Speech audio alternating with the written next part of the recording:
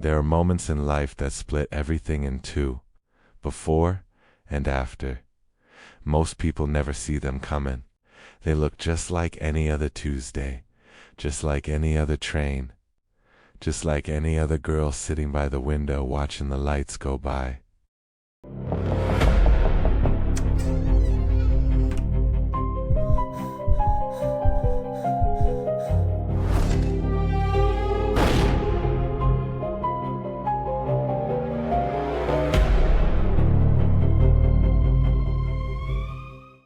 TheSpiritVox, it's alive.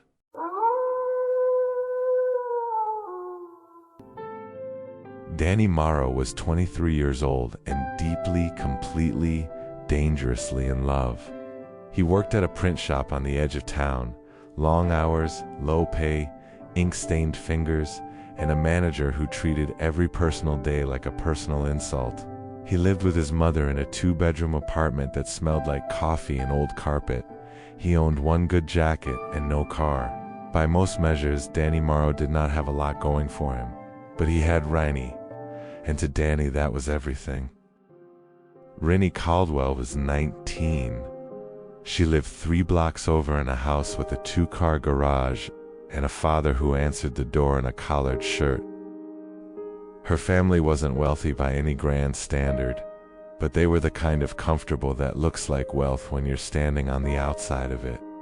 Danny had noticed her the way you notice a song playing from someone else's window, caught off guard, stopping in the middle of the sidewalk, not quite able to move on. It had taken him 3 weeks to get her number, another 2 weeks to work up the nerve to use it. 6 months of phone calls, stolen hours, and street corner coffees before she finally said the words he'd been waiting for. "I don't care what they think. I want to be with you." His friend Marcus had warned him. Sitting on Danny's front steps one night, passing a cigarette back and forth, Marcus had looked at him with that particular expression of someone who cares enough to say the thing you don't want to hear. Rich girls don't leave, man. Not really. They visit, they try it out, and then one day their dad buys them something new, and you become a story they tell at dinner parties. Danny had told him he was wrong. Told him Rinnie was different. Told him Marcus didn't know her the way he did. Marcus had just looked at him for a long moment and said nothing. That silence had bothered Danny more than any argument would have. But tonight was proof that Danny was right. Tonight, Rinnie was leaving with him. Her family had refused to hear it, refused to meet him, refused to discuss it, refused to acknowledge that their daughter was in love with a boy who worked at a print shop. So Danny and Rinnie had made a plan the way young people in impossible situations always make plans, with more hope than logic, more love than money, and a departure time that left no room for second thoughts. Marcus was supposed to bring her to the station. Danny stood outside the Glenfield commuter terminal, smoking his 3rd cigarette in 20 minutes, watching the clock on his phone tick towards 6:40. Marcus was late. Marcus was always late. But tonight, late felt different. Danny couldn't call. If Rinnie's phone rang at the wrong moment, if someone heard it, the whole thing fell apart. So he just stood there, smoking, watching the door, feeling the kind of helpless that only comes when the most important thing in your life is completely out of your hands. Then she was there, running, actually running, across the parking lot, breathless, her hair half loose, her coat not quite buttoned. She skidded to a stop in front of him and looked up, chest heaving. The 647 was already pulling in behind them. "You made it," Danny said. "Obviously," she said. "Why are you staring at me like that? There's something on your lip. Corner of your mouth." She wiped at it quickly. "Come on, the train." They got lucky with seats, 2 together, by the window, near the back of the car. The kind of small luck that feels significant when everything else feels so big. As the train pulled out of the station and the platform lights slid past the window, Danny finally let himself breathe. He was still annoyed at Marcus. He said so at length with considerable creativity. Rinnie laughed and put her hand over his and told him to let it go. He pretended to grumble and then caught himself smiling. "Did you eat anything?" he asked. She shook her head, turning to look out the window. "I'm not hungry." Danny didn't push it. He understood. His own appetite had been gone since noon. Too much adrenaline, too much waiting, too much everything. He'd had 2 cups of coffee and half a gas station sandwich, and called it sufficient. Now he watched the dark landscape unspool outside the window, and let himself think about the practical things. The things he'd been avoiding all day. 4 days off from the print shop, maybe more, depending on how the manager reacted. The money he'd saved wasn't much. A hotel for a few nights while they figured out next steps. Rinnie had never stayed anywhere that wasn't her parents' house or a vacation resort. And here he was taking her to a budget motel off the interstate and hoping she didn't look too closely at the carpet. He knew this wasn't the beginning of a fairy tale. He knew the weeks ahead were going to be hard, but he also knew, with the certainty that only love and stubbornness can produce, that they were going to figure it out. They were going to be fine.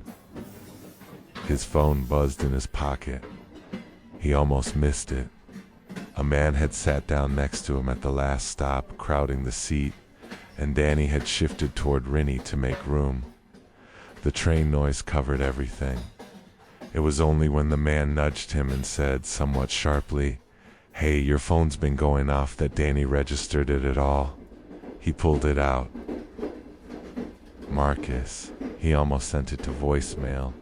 He was already composing the sarcastic greeting in his head. "Real great timing, man. Thanks for showing up," when something stopped him. Marcus never called twice. Danny answered. "Bro." Marcus's voice was wrong, flat and tight in a way Danny had never heard before. "Something happened. Something really bad." "What? You're late, and now you're trying to... Just listen to me." Danny listened. They figured it out. Her family. They knew she was leaving. They locked her in her room this afternoon. Danny's grip on the phone tightened. They locked her in, and she... Marcus stopped. "Marcus, she took something, man. Her mom found a bottle in the bathroom. She..." The rest of the sentence turned to noise. Not literal noise. Marcus kept talking. Danny could hear the words, but they stopped meaning anything. They became sound, vibration, something happening at a great distance. Danny lowered the phone slowly from his ear. He turned toward the window, toward Rinnie. She had turned away from the glass. She was looking at him now, directly at him, with an expression he had never seen on her face before. Not quite sadness, not quite fear, something quieter than both. "You're not gonna take me with you, are you?" she said. It wasn't a question. Danny opened his mouth. Nothing came out.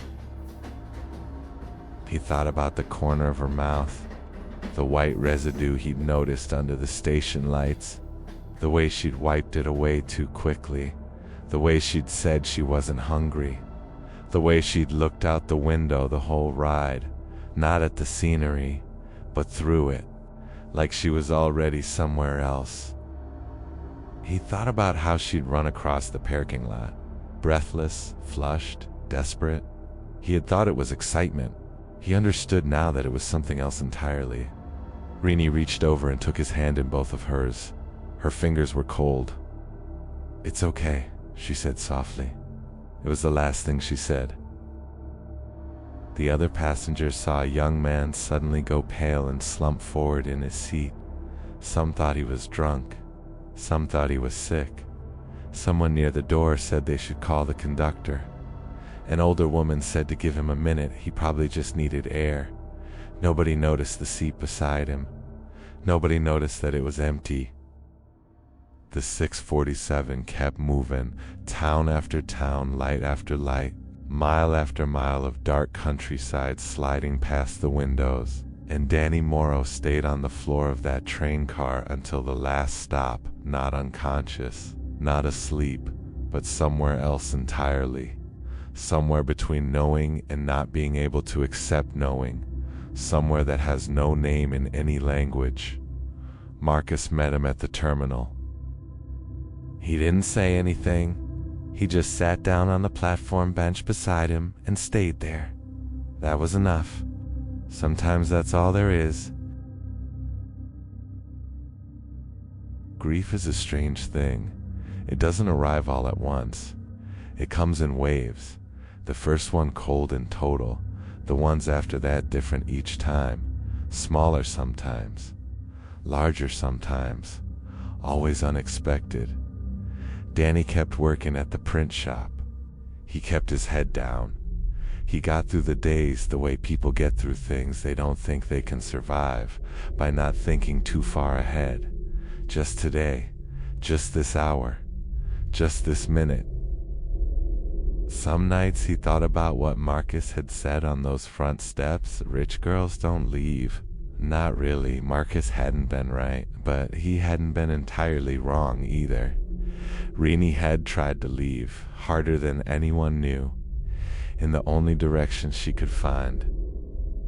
And Danny, who had loved her more than he had words for, carried that with him everywhere, in the ink on his fingers, in the sound of a train, in the way he always checked his phone when it rang.